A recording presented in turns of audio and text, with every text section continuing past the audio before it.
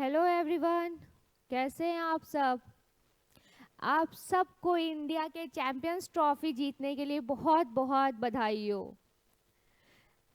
और मैं अलका सिंह इस प्रशिक्षण क्लासेस के ऑनलाइन प्लेटफॉर्म पे फिर से एक बार आप सबका स्वागत करती हूँ।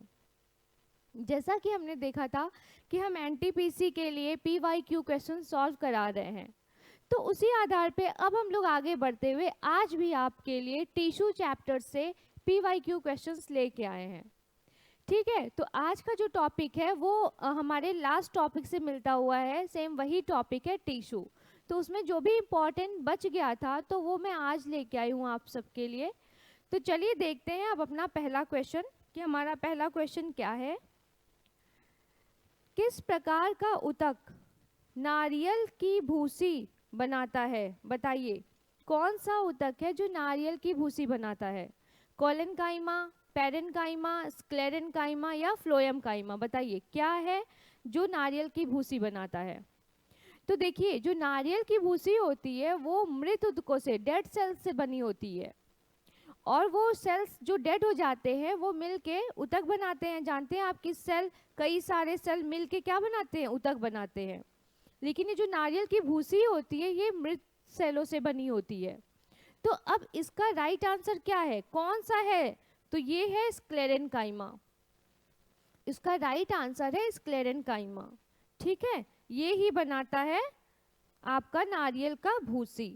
ठीक है, देखिए जो नारियल की भूसी होती है वो कोकोपिट कहलाती है। ठीक, और ये जो डेड सेल्स होते हैं ये डेड सेल्स में फाइबर पाए जाते हैं। आप देखेंगे कभी कि जो नारियल की भूसी होती है उसमें कई सारे रेसे निकले हुए होते हैं। वो रेसे किस काम में आते हैं? तो उन रेसों की चटाइयाँ बनाई जाती है। कभी भी आप देखेंगे ना, इसीलिए ये मैं बता रही हूँ, रस्सी, चटाई, ये सब किसकी बनाई जाती है? जो नारियल के रेसे होते हैं उससे बनाई जाती है। ठीक है, तो ये सी राइट ऑप्शन है इस क्वेश्चन के लिए। नारियल की भूसी के लिए कौन सा ऊतक जिम्मेदार है? तो अब आ गए हम लोग अपने अगले क्वेश्चन पे कि निम्न में से कौन सा ऊतक कोशिका विभाजन में सक्षम है? Which of the following tissue is capable of cell division? बताइए, कोलेनकाइमा, स्थूलकोड, मेरिस्टेमेटिक टिश्यू, डेड टिश्यू या स्क्लेरेनकाइमा? कौन सा सेल है, कौन सा ऊतक है जो कि ऊतक कोशिका विभाजन में सक्षम है? तो इसका राइट आंसर क्या है? Meristematic tissue. ये जो मेरिस्टेमेटिक टिश्यू होती है इसकी एक बहुत ही खास बात होती है कि ये अनियमित रूप से डिवाइड होती है या अनियमित डिवाइड होती है। इसी वजह से क्या होता है, इसी वजह से जो कोशिकाओं में वृद्धि होती है, विभाजन की जो क्षमता होती है वो कंटिन्यूअस होती रहती है, यह अनियमित रूप से विभाजित होती है। अच्छा, आप बताएंगे कि क्या पेड़ पौधे एक निश्चित आयु तक विभाजित होते हैं उसके बाद उनका विभाजन बंद हो जाता है? तो ऐसा देखिए बिल्कुल भी नहीं है। जो पेड़ पौधे होते हैं ना वो बहुत ही, वो जीवन पर्यंत बढ़ते रहते हैं या वृद्धि करते रहते हैं, और उसके लिए जिम्मेदार ऊतक कौन सा है? आपका विभज्योतक, ये ही उसके लिए जिम्मेदार है। और दूसरी बात, ये पौधों की लंबाई व चौड़ाई के लिए भी जिम्मेदार होता है। ये लंबाई और चौड़ाई में भी होता है। और एक और बात इसके बारे में, ये पौधों के जड़ों, ये मान लीजिए जड़ है और ये तना, तो ये हमेशा शीर्ष पे पाया जाता है। ये जड़ और तना के शीर्ष पर पाया जाता है। ठीक है, तो ये रहा बी इसका राइट आंसर। अब देखते हैं अपना अगला क्वेश्चन क्या है। विभिन्न प्रकार के अस्थायी ऊतकों के निर्माण के लिए, फिर यहाँ पे मुझे भरना है, क्या भरना है? Collenchyma, parenchyma, sclerenchyma, meristematic. क्या सही है? जो ऊतक की कोशिकाओं को अलग किया जाता है, बताइए ऐसा इसमें से कौन सा ऊतक है जो कोशिकाओं को, सेल्स को अलग करता है लेकिन वो स्थायी ऊतक है? बताइए। तो इसका राइट आंसर क्या होगा? मेरिस्टेमेटिक। मैंने अभी आपको बताया था ना पहले को, इससे पहले क्वेश्चन में, कि ये जो मेरिस्टेमेटिक होता है आपका, ये क्या करता है? ये एक अस्थायी ऊतक है। ये कैसा ऊतक है? अस्थायी ऊतक है। और दूसरी बात कि ये पौधों के विकास में सहायक होता है। किसमें? ये पौधों के विकास में सहायक होता है। और ये 3 प्रकार का होता है। पहला होता है एपिकल, जो कि पौधों और के शीर्ष पर पाया जाता है। ये मान लीजिए प्लांट है तो इसके शीर्ष पर पाया जाता है। दूसरा होता है लेटरल, जो कि साइड में पाया जाता है, ठीक है, साइड में ऐसे से पाया जाता है। और तीसरा होता है इंटर कैलरी, ठीक है, इंटर कैलरी। ये कहाँ पाया जाता है? इसके बीच में ऐसे ऐसे पाया जाता है। मतलब कि जो तना होता है उसके मध्य में जो पाया जाता है वो इंटर कैलरी होता है। तो ये हो गए आपके मेरिस्टेमेटिक सेल के ऊतक के प्रकार। अब ये ऊतक काम क्या करते हैं? तो मैंने ही बताया ना कि ये एपिकल ग्रोथ लंबाई में, ये आपका चौड़ाई में, और ये आपके शाखाओं ब्रांचेस या मोटाई में काम करता है, ठीक है। और ये कैसा ऊतक है? स्थायी ऊतक है और ये पौधों में विकास करता है, ठीक। चलिए, अब ये रहा डी आपका इस क्वेश्चन के लिए करेक्ट आंसर। तो अब आते हैं अपने अगले क्वेश्चन पे। तो हमारा अगला क्वेश्चन है, कौन सा ऊतक पौधों के प्रकाश संश्लेषक हिस्सों से सामग्री के परिवहन में मदद करता है? Which tissue help in the transport of materials from the photosynthetic part of plants? आप सबको पता है कि जो फोटोसिंथेसिस होती है, प्रकाश संश्लेषण की क्रिया होती है, इसमें क्या बनता है? इसमें पौधों की पत्तियों में भोजन बनता है, ठीक है, जिसको कहते हैं ग्लूकोज। अब मान लीजिए कि ये पौधा है और ये इसकी पत्तियां हैं। अब इसमें ग्लूकोज तो बन गया। अब ये ग्लूकोज इनके शरीर में, ये तना और जड़ में कैसे पहुंचेगा? कौन पहुंचाता है? तो बताइए कि इसमें से कौन है? फ्लोएम, जाइलम, भरड़ ऊतक या विभज्य ऊतक, कौन है जो मदद करता है? बताइए। ये बहुत इजी है और कई बार एग्जाम्स में पूछा भी गया है। तो आप कमेंट सेक्शन में हमें बताइए कि क्या है आपका राइट आंसर। तो चलिए मैं बताती हूँ कि यहाँ पे बात हो रहा है कि कौन सा ऊतक पौधों के प्रकाश संश्लेषण में के हिस्सों से सामग्री के परिवहन में मदद करता है। तो ये है आपका फ्लोएम। ये क्या है? फ्लोएम है।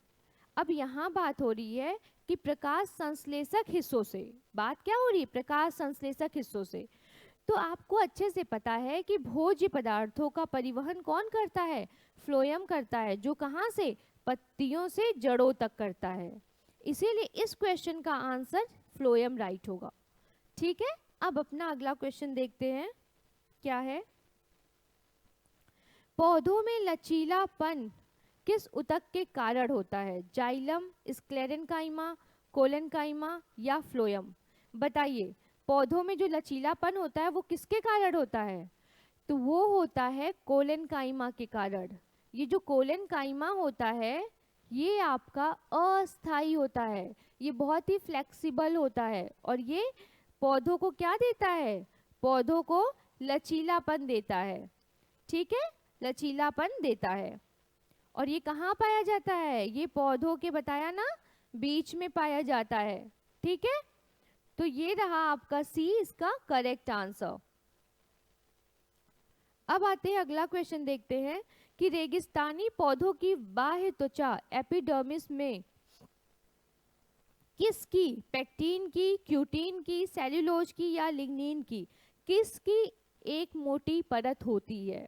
The outer skin epidermis of desert plants has a thick waxy layer of, बताइए इसमें से क्या करेक्ट आंसर है? किसकी लेयर होती है? तो क्यूटीन की लेयर होती है। जैसे हम लोग ले लिए आपका नागफनी, ठीक है, कैक्टस का प्लांट, ये क्यूटीन। अब क्यों कैक्टस का, मान लीजिए ये प्लांट ले लिया है, ठीक है, ये कैक्टस का प्लांट है। तो आपने कभी भी देखा होगा कि कैक्टस के जो प्लांट होते हैं ना, ये कैक्टस का प्लांट है, इसमें देखिए छोटे छोटे छिद्र होते हैं ऐसे छोटे छोटे, और उससे कांटे छोटे छोटे निकले रहते हैं। तो और उनकी जो पत्तियां होती है वो बहुत मोटी होती है। वो क्यों ऐसा होता है? ये जो कांटे होते हैं ना, चूंकि रेगिस्तान में आप भी जानते हैं कि पानी की कमी होती है, तो ये जो छोटे छोटे कांटे होते हैं और जो धसे होते हैं ना, ये क्या करते हैं कि पौधों में इनमें वाष्पोत्सर्जन की क्रिया को कम करते हैं। क्या करते हैं? वाष्पोत्सर्जन की क्रिया को कम करते हैं।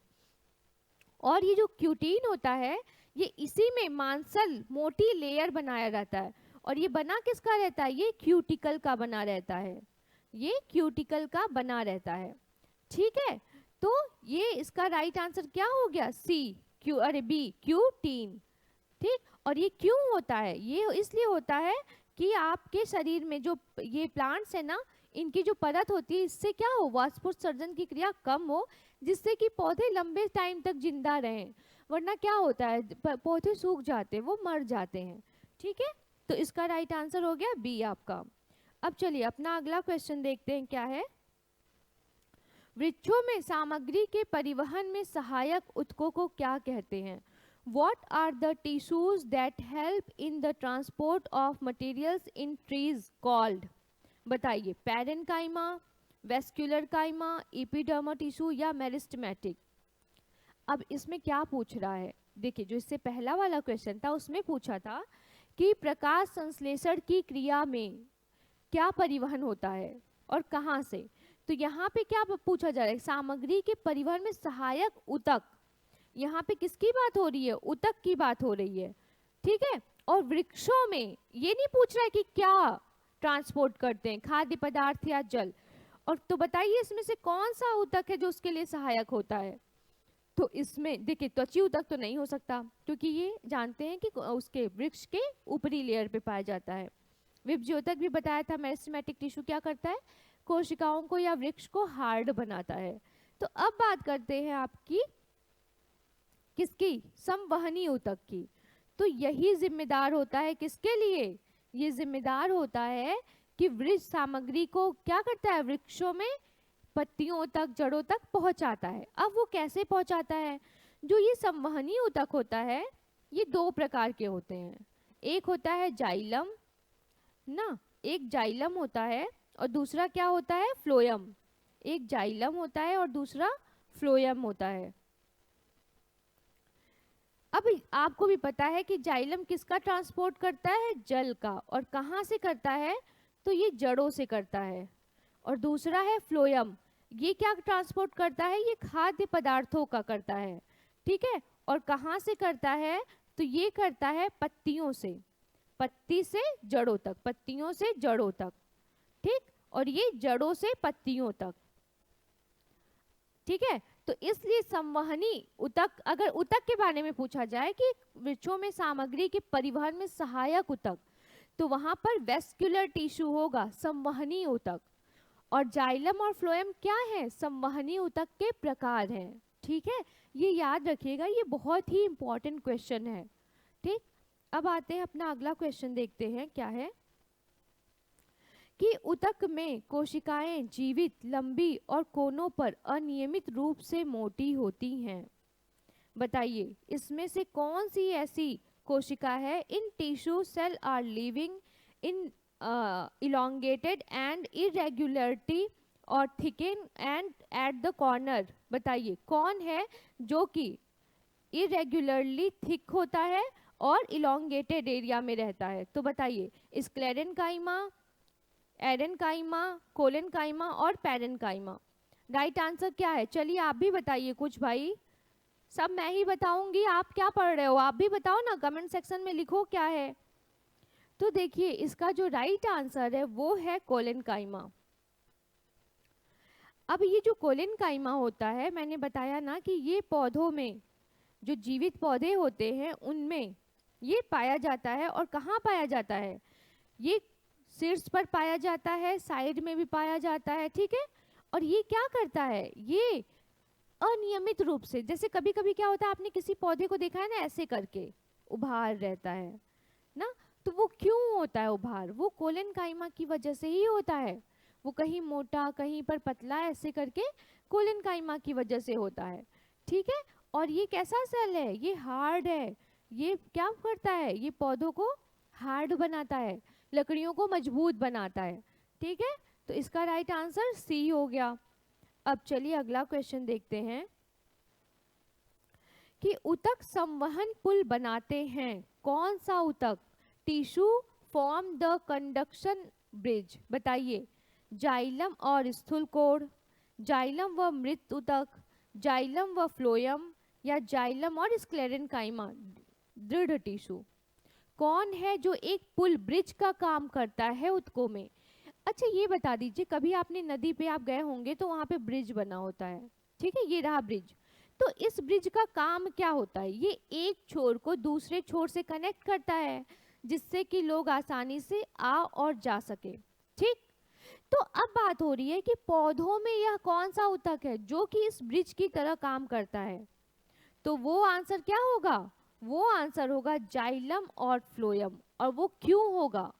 देखिए, क्वेश्चन आप देख रहे हो ना कि क्वेश्चन पूछने के तरीके से आंसर कितना कंफ्यूजिंग हो जाते हैं, और आप लोग क्या करते हो, एक्सप्लेनेशन देखते नहीं हो और हट जाते हो, नेक्स्ट क्वेश्चन पे चले जाते हो। इसीलिए फिर आप एग्जाम में गलती करते हो।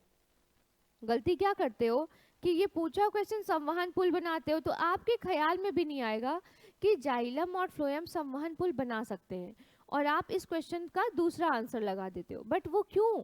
इसीलिए मैंने देखिए ये ब्रिज का बताया कि नदी पे अगर ब्रिज होती है तो वो क्या। अब जाइलम और फ्लोएम आपको भी पता है कि क्या ट्रांसपोर्ट करते हैं, खाद्य पदार्थों को और जल को। तो इसीलिए इसको क्या कहा जाता है? इसको कंडक्शन ब्रिज कहा जाता है, जो कि एक दूसरे को कनेक्ट करता है, लीफ को रूट से, रूट को लीफ से। और किस बेसिस पे करता है? वो ट्रांसपोर्ट करके खाद्य पदार्थों को और जलों को। ठीक है, तो सी राइट आंसर है। चलिए अब अगला क्वेश्चन देखते हैं क्या है। फ्लोएम के अतिरिक्त निम्न में से अन्य सभी से मिलकर बना है। Phloem apart from is composed of all the following: sieve tubes, phloem vessels, companion cells, phloem fiber। अब आप बताइए कि इसमें से राइट आंसर क्या है? ऐसा कौन सा तत्व है जो कि फ्लोएम के अतिरिक्त निम्नलिखित में से बना है? तो देखिए, जो फ्लोएम है ना, जो फ्लोएम है उसमें कौन कौन से पार्ट होते हैं? सीव ट्यूब होता है उसमें, फ्लोएम वेसल्स होते हैं, ठीक, फ्लोएम वेसल्स होते हैं, कंपेनियन सेल्स होते हैं, साथी कोशिकाएं जिसको कहते हैं, ठीक, कंपेनियन इसे सह कोशिका और साथी कोशिका दोनों कहते हैं, ठीक है, कंपेनियन सेल्स होते हैं। अब बचा फ्लोएम फाइबर। तो देखिए जो फ्लोएम है ना, फ्लोएम फाइबर के अतिरिक्त इस फ्लोएम में फ्लोएम फाइबर नहीं होते हैं, ठीक है। और ये राइट आंसर है, और ये बहुत इंपॉर्टेंट क्वेश्चन है कि फ्लोएम में क्या ऐसा है जो नहीं होता। तो फ्लोएम में ये तीनों तो होते हैं, लेकिन आपका जो फ्लोएम फाइबर है ये नहीं होता है, ठीक है। तो इस क्वेश्चन का राइट आंसर क्या होगा? डी, ठीक। कभी कभी आप फ्लोएम तंतु समझ के लगा देते हैं और चालनी नलिकाओं को क्या करते हैं, इससे निग्लेक्ट कर देते हैं। बट ये जो चालनी नलिकाएं होती हैं यही तो ट्रांसपोर्ट करती हैं खाद्य पदार्थों का, इसीलिए ये पार्ट है किसका? फ्लोएम का, ठीक है। चलिए अगला क्वेश्चन देखते हैं क्या है। कौन सा अस्थायी ऊतक एक पौधे को कठोर और मजबूत बनाता है? यहाँ पे क्या बात हो रही है कि कौन सा ऐसा पार्ट है जो कि पौधे को कठोर और मजबूत बनाता है? Collenchyma, parenchyma, aerenchyma, sclerenchyma. बताइए क्या होगा? तो देखिए इसका राइट आंसर है स्क्लेरेनकाइमा। ये पौधों को क्या करता है? मजबूत बनाता है, ठीक है। यह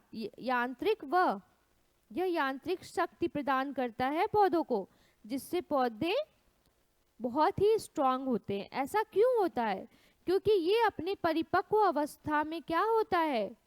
परिपक्व अवस्था में मृत हो जाता है, डेड हो जाता है, ये मर जाता है, जिसकी वजह से क्या होते हैं? पौधों की जो लकड़ियां होती है देखते हैं ना, बहुत हार्ड होती हैं।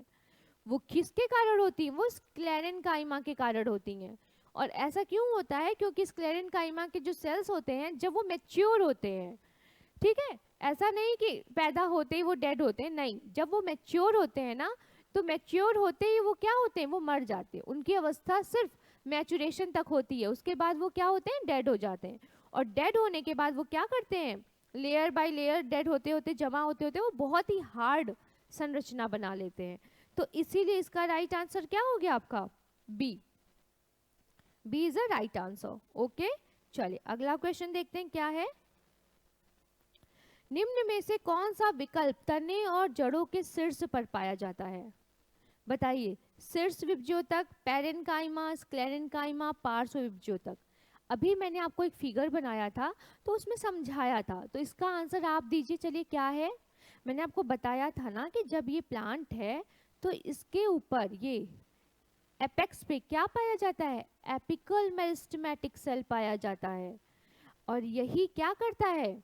जड़ों और तनों के शीर्ष पर पाए जाने की वजह से ये क्या करता है? ये पौधों की लंबाई में वृद्धि करता है और जड़ों की लंबाई में वृद्धि करता है। और ये लेटरल मेरिस्टेमेटिक कहाँ पाया जाता है? ये आपका ऐसे साइड में पाया जाता है, जो कि शाखाओं के निर्माण में हेल्प करता है। ठीक है, ठीक। और यहाँ बीच में पाया जाने वाला इंटरकैलरी क्या करता है? ये पौधों की मोटाई में वृद्धि करता है, जिससे मोटे होते हैं। ठीक है, तो ये क्या हो गया? Right answer. कौन सा? शीर्ष विभज्योतक। इस क्वेश्चन का राइट आंसर क्या है? Apical meristem. ठीक है, चलिए अगला क्वेश्चन देखते हैं क्या है। वसा संग्रहित करने वाले ऊतक को कहा जाता है? बताइए। पौधों में वह ऊतक कौन सा है जो कि वसा को संग्रहित करता है? बताइए, वो ऊतक कौन सा है जो वसा को क्या करता है? संग्रहित करता है। ठीक है, तो देखिए ये जो ऑप्शन है ना, यहाँ पे ये नहीं होगा, यहाँ पे होगा एपी रोलर। ये मिसप्रिंट हो गया है, तो यहाँ पे क्या होगा? एपी रोलर इस ऑप्शन में। ठीक है, एपी रोलर। ठीक, ये डी वाला ऑप्शन होगा, एपी रोलर।